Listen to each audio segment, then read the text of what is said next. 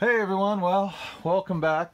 Today is our first day in Port Dover, where we planned on leaving a few instructions for our good friends over at Bridge Yachts to do some repairs, which we kind of discovered on the way here.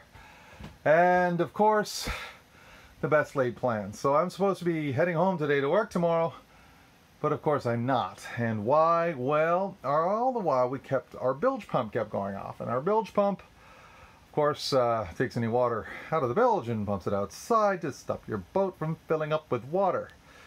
But we noticed that the bilge pump, which used to go off once every few days, was going off every 30 minutes. So we had a look downstairs. We thought we had a bad hose behind those stairs. Turned out not to be a bad hose. So after some investigation, I discovered underneath this floorboard, we had a lot of water coming in.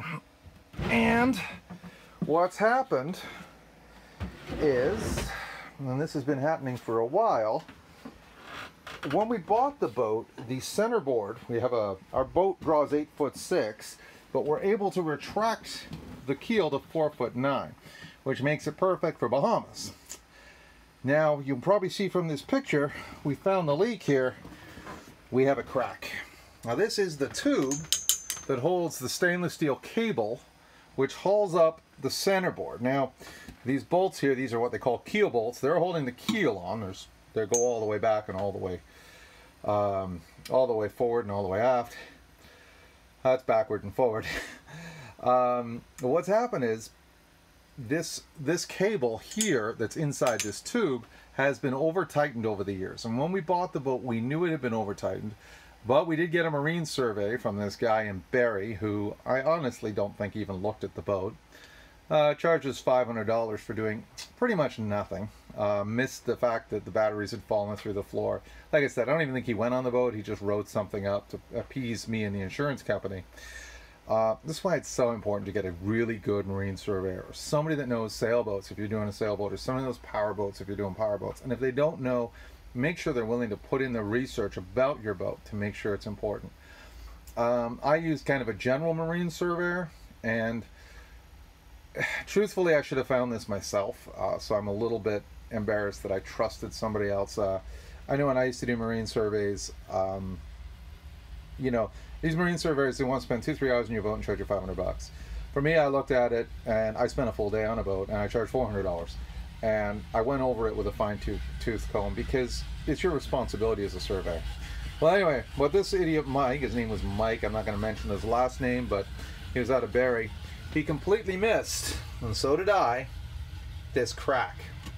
Now, if you see this crack here, we're actually leaking water out of the lake into our boat.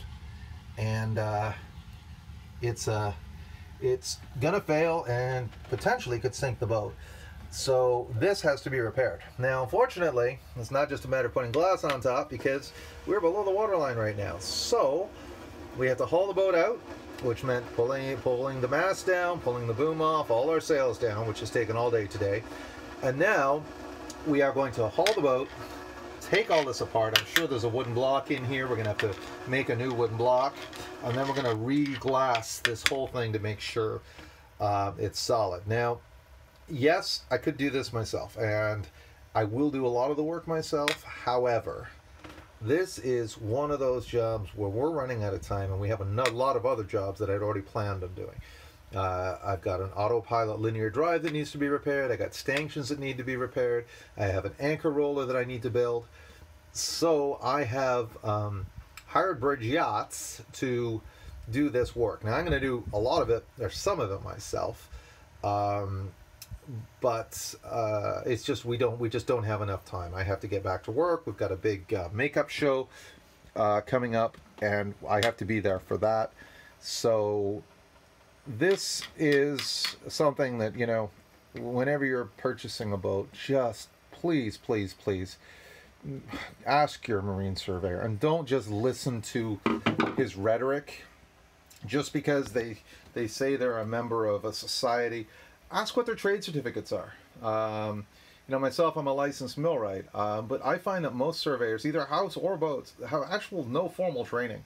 I'm not saying, not all of them, I mean, some of them are really good, But a lot of these quacks out there, I remember when our house was being surveyed, I asked the guy what were his qualifications. He goes, well, I'm a house surveyor. I said, so you're not an electrician, you're not a builder, you're not a subcontractor? He says, no, I'm a house surveyor. I said, where did you get your certificate? He said, he took an online course. It's absolute BS, okay? Surveys are BS unless you are actually dealing with a qualified person. So this is a prime example. I could show you half a dozen things on the boat that this guy missed that I'd caught prior to him, but unfortunately this was, I overlooked it too, so I'm not gonna knock it too much. Anyway, so that is where we are. So we're stuck in Port Dover. It's probably gonna take a week to fix this. The boat's got to be hauled out, lifted, dried, and then I'll take some pictures later as we start getting into this job. All right, folks, so I hope everybody has a wonderful weekend, but my work's cut out for me, so I'm not going to be at the shop as I promised.